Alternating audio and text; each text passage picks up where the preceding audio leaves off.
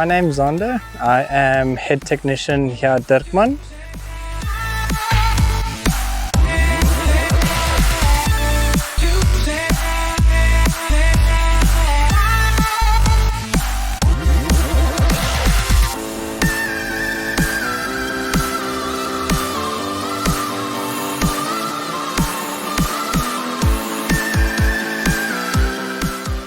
So today is day 3 on the project. We are committed to having power back up.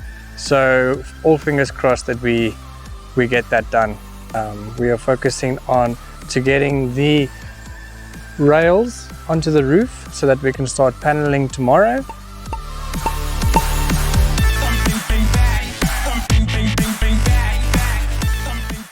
We're also going to be starting the inverter station.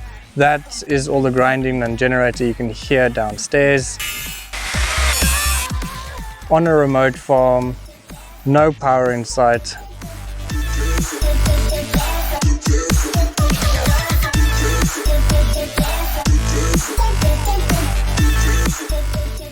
As you can see here, this is our construction. We are busy engineering and constructing a roof extension for us to get more panels onto the roof. In total, we need 120 panels for this site. With this roof expansion, we can get an extra 45 panels, which is what we need to complete our target here.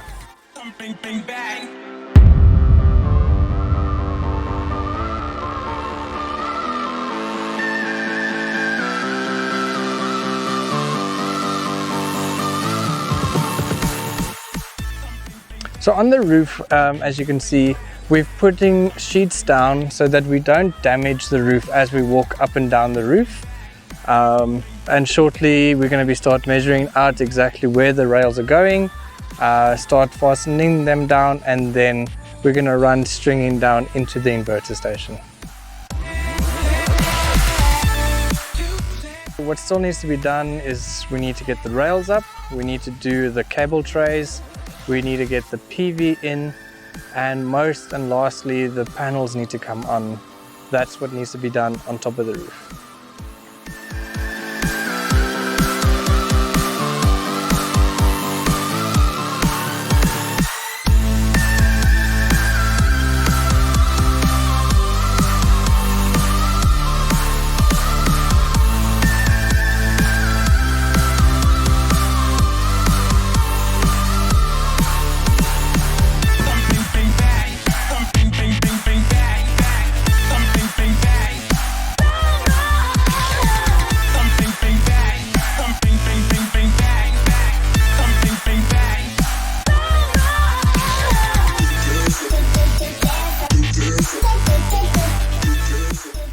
So over here we have a 100 kilowatt ATES inverter.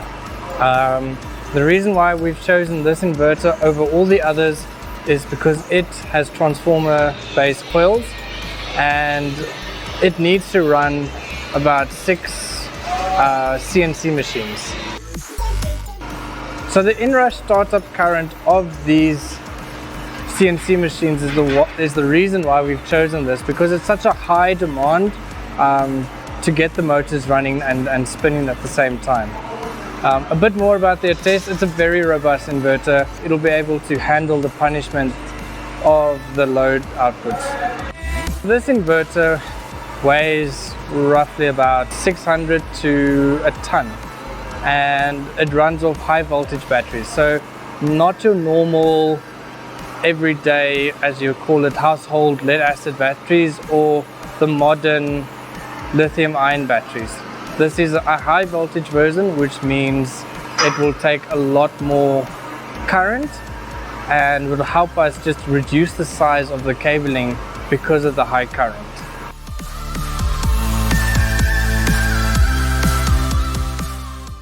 So at the back you'll see these really big transformers, something you'd see on lampposts outside your street or on a corner block. This is what converts the high current to 240 volts to 400 volts to what you'll be able to use from the battery's 600 volt capacity. Inside the test, it's an all-in-one inclusive hybrid inverter.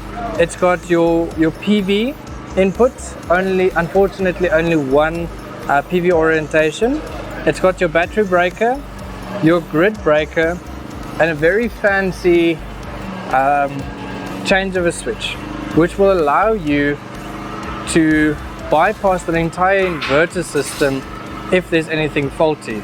So this is an all-in-one boxed item. You don't need any other breakers. This is an all-in-one.